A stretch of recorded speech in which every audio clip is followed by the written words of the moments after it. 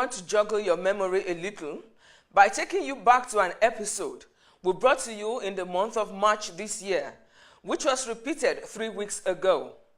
We told you that unions in the hospitality industry had raised alarm over what they term unfair labor practices, racism, and inhuman treatment of workers by the management of the Federal Palace Hotel and Casino. But what was more worrisome is the allegation that the management of the hotel, South African company, the Sun International, in collaboration with Jaslata Nigeria Limited, another South African company operating as Recruiter's Company, was not known to law in Nigeria. Simply put, Jaslata was operating illegally in the country. Today, the Sun International, in its posting of its financial result for the year ending June 30, 2016, says its revenue grew strongly, many thanks to new businesses in South Africa, Latin America, and other regions of the world. It also announced it is exiting its investment in Nigeria.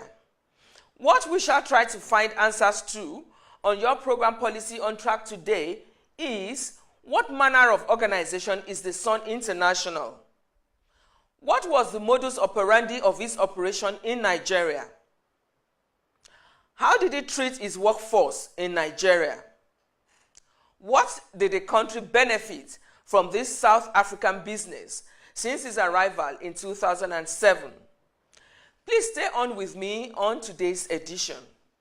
Still in our lineup for today is the protest rally held in some parts of the country to observe the National Mourning Day to protest the 2 workers killed in Nasarawa by policemen.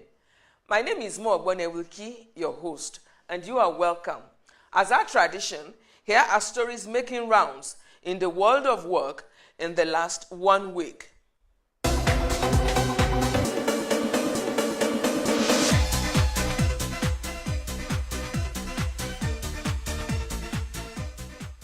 No fewer than 20 shipping companies had shut operations in Nigeria due to unfavorable government policies, leading to retrenchment of over 3,000 workers in the last 1 year.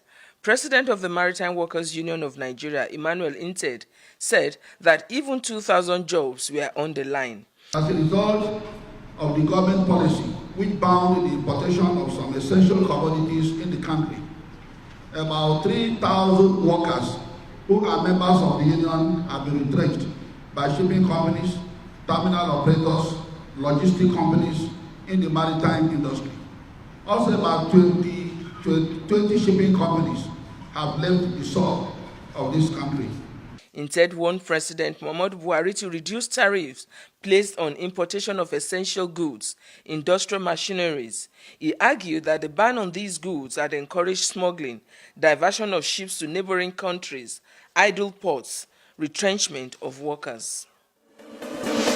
Ongoing ILO research shows that after a number of years of improvement, youth unemployment is on the increase in 2016, and young people are disproportionately affected by working poverty. The organization says global unemployment rate is expected to reach 13.1% in the year and remain at that level through to 2017. By this rate, unemployed youth is set to rise by 500,000 to reach 71 million, the first such increase in 3 years. Of great concern is the share and number of young people, often in emerging and developing countries, who live in extreme or moderate poverty despite having a job. The research also highlights wide disparities between young women and men in the labor market. These disparities give rise to wider gaps during transition to adulthood. In 2016, the year in review, the labor participation rate for young men stands at 53.9% compared to 37.3% for young women, representing a gap of 16.6 percentage points.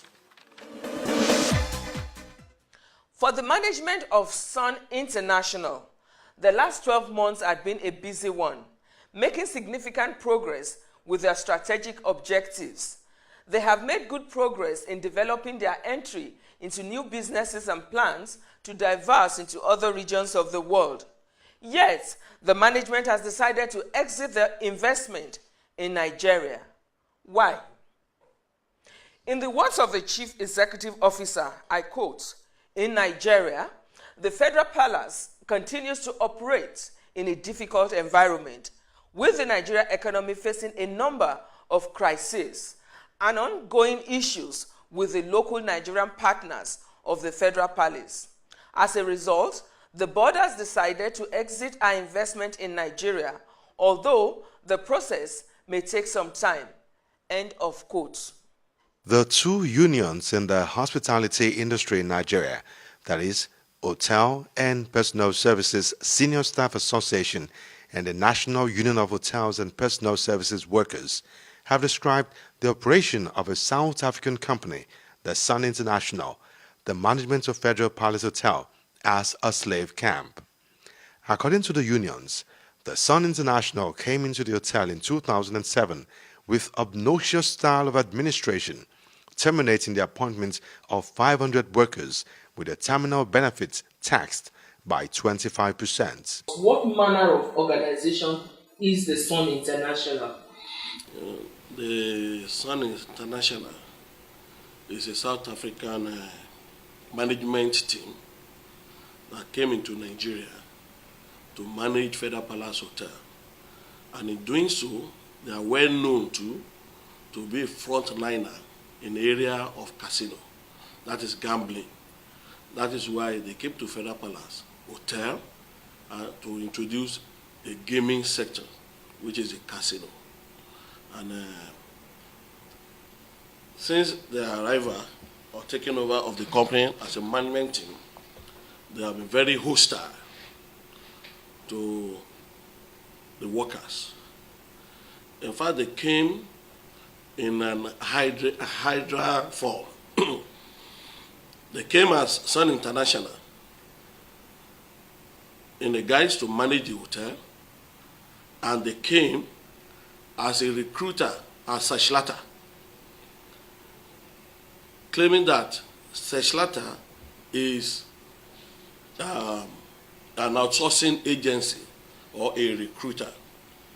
But with the form I have before me, this is an employment contract of one of the staff by Sachlata Nigeria Limited. It's at the same address with Federal Palace, 6 to 8, Amadu Bello Way. And looking at the principal owners of this Sachlata side, you see David Kilgore there and Mark Courtney. This Mark Courtney is from South Africa. David Kilgore is from South Africa, saying that they are authorized representative. Representing who? This company does not belong to Nigeria. So they have set up a company which we don't even know whether it's registered in Nigeria. We wrote a letter to Corporate Affairs Commission to find out about them, but up to date we've not gotten a reply. But all we know that they were now saying that the workers are employee of Sachlata. Who is Sachlata? Up to today is not clear. All letters written to us by Sachlata, none. You only see signature, you will see Sachlata, but there is no name. This is an example of it. Somebody will just sign Sachlata Nigeria Limited. Who is the person? Who is representing who? And these are the people they claim that employed the workers, that are the owners of the workers. Now, in order to improve on the work condition of the workers themselves, because they were tired of the apathy that is taking place there, had to revolt. Last year, we lost 3 staff in this company out of pneumonia, and the company did not pay a dime to their family. We are not fighting, we are not violent people, we are not protesting anything. We are just saying, if they are not afraid of anything, let them sign the union agreement. If they are sure they are doing the right thing, let them sign union agreement. In a situation where workers are working, somebody's wife is sick, and at the end of the day, he informed the supervisor that my wife is sick. At the end of the day, I didn't know what would happen. And unfortunately, the GM just came in and then saw that workers with food, and it became a problem. And at the end of the day, they sacked that worker. And the supervisor cannot defend. Workers will be working at their department. They will say, okay, come up. And by the time they now went up there, they will now say, okay, come and sign a letter of termination without any query, without any offense, without any decision. So because they felt that yes, the union has come there, and then they will now disengage every worker, and then the union will be frustrated. What is the modus operandi of this organization? Because, as a matter of fact, if I say I'm not confused, I will be lying. Sun International, Zashlata, Nigeria Limited. What is the modus operandi? It's such that Sun International is the management team of Federal Palace Hotel and Casino. But by proxy, they are the person behind Sachlata Nigeria Limited, as they call it, who now recruit, outsource the workers for Federal Palace management. Therefore, they seem to be seeing their workers now as an outsourced workers. But why they themselves are the person that hid under such letter to employ them and brought them into the hotel to manage. And these workers saw them. They were the people that interviewed them. It was not that there is a third party interviewing them.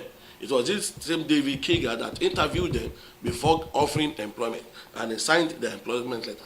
You talked about your Ministry of Labour, yes, calling them and saying that they are not registered as recruiters agency in Nigeria. Yes.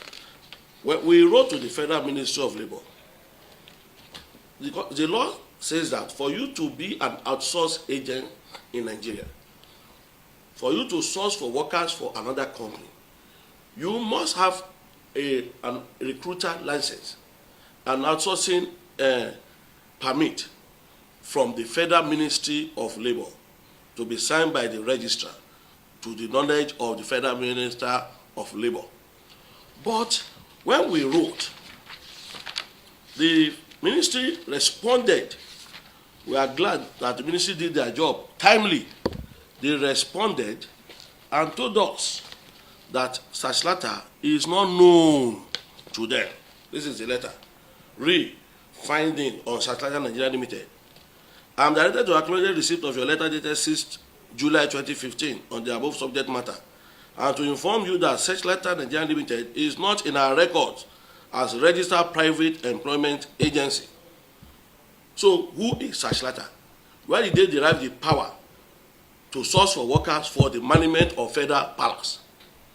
It is an aberration. All they have done is non-entity, is a non-entity. But thank God, David Kager, who sat in the panel of interview, who signed for Sachlata, who is an authorized representative of Sachlata, is equally the general manager of Federal Palace Hotel and Casino. So it means the workers, if they don't know anybody, they know Kager. The unions alleged the enslavement of over 300 new workers in the new wing of the hotel that housed the casino, illegal deductions of staff wages amounting to about 50 million naira, and total disregard to the law of Nigeria. The workers, for about 3 or 4 years ago, they said they were deducting some money from them, which was 7,341 naira 50 kobo per staff. That which was an overpayment of service charge to the workers. The money amounts to over 50 million, of which we wrote a petition to EFCC. We copied all the atrocities. We wrote to the Senate, we wrote to the National House of Assembly, we wrote to Lagos State House of Assembly, we wrote to EFCC, we wrote to Immigration, we wrote to Nigerian Police, we wrote to Federal Ministry of Labour, the registrar. I can tell you that only 2 of them responded. The Senate wrote to acknowledge our letter in January. Up to today, nothing has been done. What? EFCC alone Okay. responded much later to do investigation on the over 50 million naira that were illegally deducted from the workers. And I think the case is still on. That is one of the heat that is on them. I think that is part of the reason why they want to run away. And they cannot go until these issues are resolved. There are other issues against with them at the National Industrial Court. Illegal termination, illegal dismissal without following due process. These things they cannot do in South Africa, but they do it with impunity, with the support of some of our Nigerian lawyers who are misleading them because of what they want to eat. After 8 years of what has been described as the antics of the Sun International under Mr. David Gligel and Mr. Bogoshi Matlala, both South Africans, what happens to the workers? So, what did Nigeria gain since the inception of Sun International? Sincerely yours, I will say that since they came, we have not really seen any positive impact from them. Before their advent, Federal Palace Hotel had been in existence. And Federal Palace Hotel provided employment for Nigerians. There were about 3 or 4 expatriates there. As of today, we have over 15 expatriates there now. So how much are the expatriates earning? Are there no Nigerians that can work there in the store? Can a Nigerian not be the storekeeper? Can a Nigerian not be the head of engineering? Can a Nigerian not be the HR? Can a Nigerian not be in why do you have 2 or 3 people in the accounts? Yes, if it is sensitive, have the director of finance, then let other Nigerians work under them.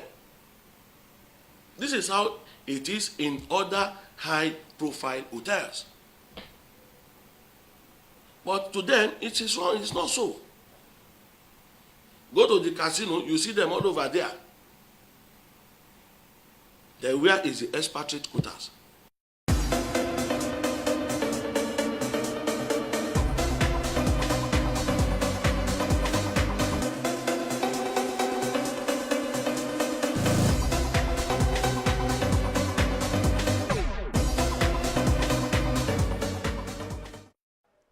Workers came out in solidarity with their owners directed by the Nigeria Labour Congress to protest the recent killing of 2 workers in Nasarawa State by government house security operatives, as well as increasing violations of workers' rights in the country. Labour has described the unprovocative action by the police against the unarmed workers on a peaceful protest as criminal and unacceptable. The NLC President Ayuba Waba was in Nasarawa State to address workers at his council secretariat.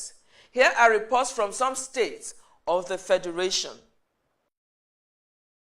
At the rally held in Lagos to protest the recent killing of 2 workers in Nasarawa State, Labour decried the recent directive of turning workers into instant and emergency farmers. The Lagos protest rally of the Nigeria Labour Congress took off from Maryland and terminated at the Ikeja roundabout. The rallies holding simultaneously nationwide is to protest the recent killing of 2 workers in Nasarawa State by government house security operatives, as well as the increasing violations of workers' rights in the country. I think it's important to make sure that we will return our governors to the path of governance. You know, governance means you don't give excuses that there is declining income. On the contrary, you use the opportunity. In fact, you turn this condition to opportunities for diversification and meeting your challenges. And that's why we commend those governors who are doing that. You know, a couple of governors are paid very well. So if those governors are doing so with the same dwelling income, it's not lack of resources, it's lack of will to do so. Unpaid salary, unpaid pensions lead to untimely death of many workers in this country. And for government to do what is right for them, to pay workers as at when due. Labour described as illegal the unilateral reviewing downward of workers' salaries. Labour issues are on the exclusive list of the Constitution. Governors have no right to tamper with labour issues. You know, it's a federal law guides labour laws. So you can't tinker with it. You can't turn civil servants who have been given letter of appointment to work in the civil service to become instant farmers. It's completely illegal. In fact, it's criminal. Labour says it is bad governance on the part of some governors to shift the burden of declining revenue on their workforce while still maintaining the huge cost of executive overhead. Borno NLC Chairman Ali Abana says Labour has observed unsalutary policies of some state governments to reduce workers' salaries as well as work days. He also flayed the introduction of farming in Imo State, among others. In other states, attempts were made to reduce workers' salary, despite the non-implementation of the 18,000 naira minimum wage in food, while other states lay off workers unceremoniously. Abana specifically cited Bayelsa and Nasarawa as states that are planning half salaries and reduce allowances for workers due to what they have described as drop in statutory allocations from the Federation account. He admits Labour's support for the ongoing verification of workers in some of the states and solicits outright punishment for those found wanting. Labour in Borno also condemned the growing intolerance and violence by the police against workers and students during rallies or protests and asked the federal government to intervene. Workers in Calabar, Cross River State, have given the government 21-day ultimatum to pay the 5-year gratuity of the pensioners.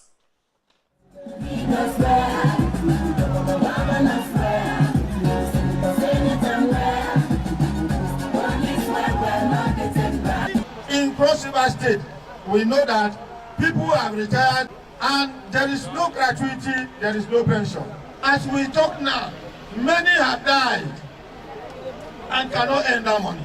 We have given the government of Cross River State 21-day ultimatum to obey the MOU we signed in October 2015. And one of the issues is the issue of gratuity and arrears of pension to retirees. The second point is the promotion of workers from 2013 to 2016. The third issue is that Cross River State government is owing salary for 3 months. Nigerian pensioners' rest is not sweet. After we have put in 35 years of meritorious service to this great nation. And whatever are your demands, whatever you are saying, the government will look to it critically and know what to do.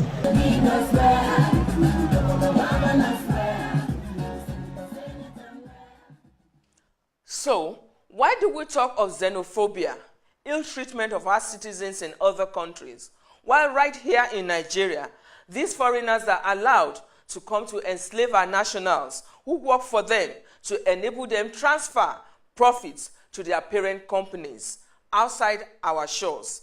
It is a sad commentary indeed. Again, we would like to apply the brake here, but be sure you will be updated as the story of the exit of the Sun International from Nigeria unfolds. You are free to send us your thoughts through any of our social media platforms. I am Ogbone Wilkie. Bye-bye.